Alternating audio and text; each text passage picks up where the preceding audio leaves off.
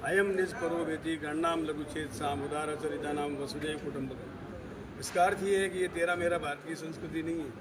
भारत की संस्कृति उदार चरित्र वाली है, जिसमें सारा संसार एक कुटुंब और कुंबे की तरह है।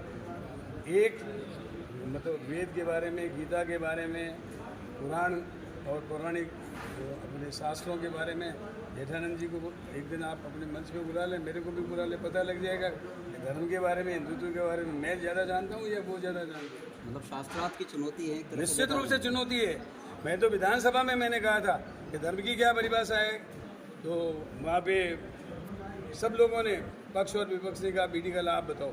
मैंने कहा धार्यति इति धर्म, जो धारण कर लिया जाता है वो धर्म है। मान लो मैं कहूँ मैं तो रुद्राभिषेक करके भोजन करूँगा, कोई कहता है कि मैं तो प्रेयर करके भोजन करूँगा, कोई कहता है मैं दुर्गा माता की पूजा करके भोजन करूँगा, कोई कहता है कि मैं गुरुद्वारे में जाकर गुरु ग्रंथ साहब का पाठ करके भोजन करूँगा। धार्यति इति धर्म, जो जो धारण कर लिया जाता है। कोई कहता है मैं तो गाय को गौग्रास दे के भोजन करूँगा।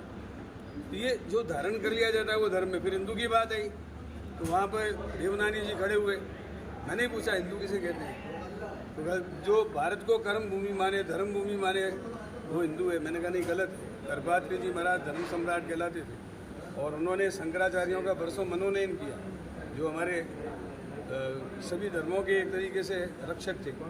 उन्होंने ये परिभाषा दी थी कि जो वेद, पुराण, गीता, महाभारत, रामचरितमानस और आगम, निगम, जैन ग्रंथ, बौद्ध ग्रंथ, पौराणिक शास्त्रों में जिसका विश्वास है, जो गौ पूजक है और जो पुनर्जन्म में विश्वास रखता है वो हिंदू है। उस पर चूरू से आने वाले माननीय सदस्य ने पूछा मेरे से कि आप पुनर्जन्म में क्या बनना चाहते हो।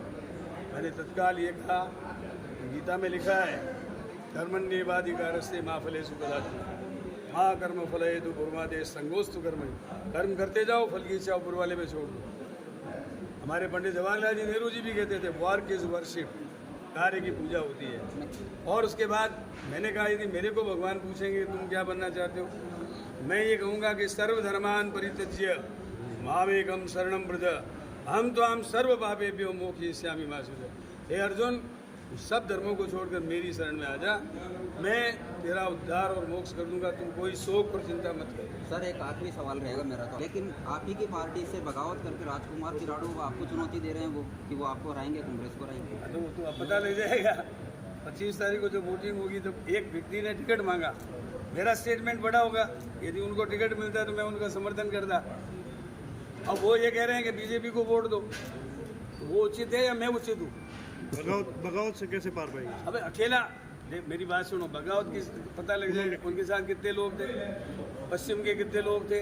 और अभी भी उन्होंने ये कहा मैं पार्टी नहीं छोड़ूंगा, पार्टी चाहे तो मुझे निकालते। आपने स्टेटमेंट पढ़े हो? दशहरा में आप बैठे थे लेकिन लोग जो हैं किराड़ू के नारे लगा रहे थे। कौन से?